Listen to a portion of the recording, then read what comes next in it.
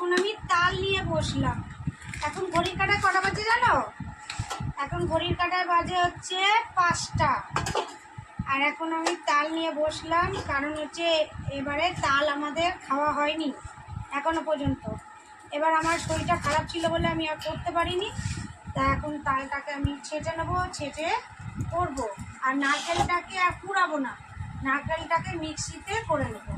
তা চলো তালের বড়াটা করে নিই, তারপর তোমাকে দেখাবো। ছেঁচে নিয়েছি, এবারে একটু জাল দিয়ে নেবো তালটাকে জাল দেওয়ার কারণ হচ্ছে এই তালের মধ্যে যে এক্সট্রা যে জলটা থাকবে সেটা শুকিয়ে যাবে। তাতে আমার কি হলো, মানে মাখতেও সুবিধা হবে আর খেতেও ভালো লাগবে। এই তাল জাল দিয়ে অনেকে লুচি বানায়, অনেকে মালপোয়া বানায়। তা আমি আজকে তাল ফুরুলিটাই বানাবো, কেন এটা খেতে ভালো লাগে। আর যদি একটু বেশি থাকে ওইটা রেখে দেবো, কালকের মালপোয়া বানাবো। চলো ভিডিওটা দেখতে থাকো। এখানে ময়দা, নারকেল, সুজি, এই চিনি, তাল আর হচ্ছে খাবার সোডা নিয়ে নিয়েছি। এবার এটা মেখে নেব, এক্সট্রা করে রেখে দিয়েছি। এটা ঠান্ডা হলে ফ্রিজে রেখে দেবো, এটা কালকে মালপোয়া বানাবো। তেল গরম হয়ে গেছে, এবার এক এক করে ফুললিগুলো ছেড়ে দেবো।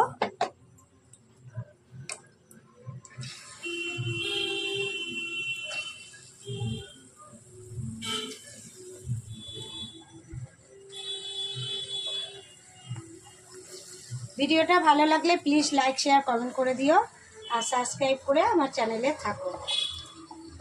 চলো এখন ফুলগুলি এক এক করে ভেজে নিই। ভাজা কমপ্লিট হয়ে গেছে, এবার আমি কাকি শাশুড়িকে দিতে যাবো। ভাজা হচ্ছে।